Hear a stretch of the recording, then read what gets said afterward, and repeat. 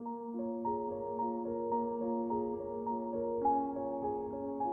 אוהב את החיים.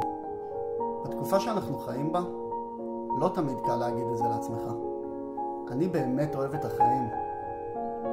אנחנו נמצאים במרדף היומיומי הזה אחרי האושר. ומה זה אושר בכלל?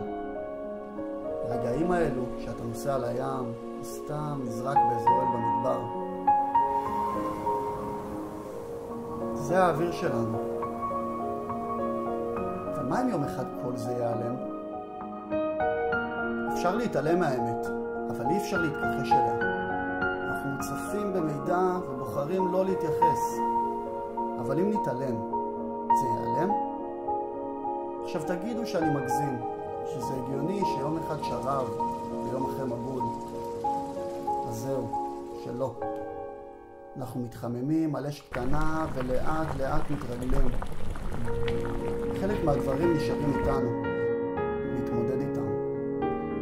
אולי לא לי, אולי לא בדור שלי. אני מודה, יש לי נטייה להאשים אחרים. לכולנו יש. אבל מתחת למסכה, לא כולנו אשמים. אבל אני לא לבד. אני אחד ממיליארדים. בשביל לשנות, צריך להשתנות. נכון שאתה אוהב את החיים?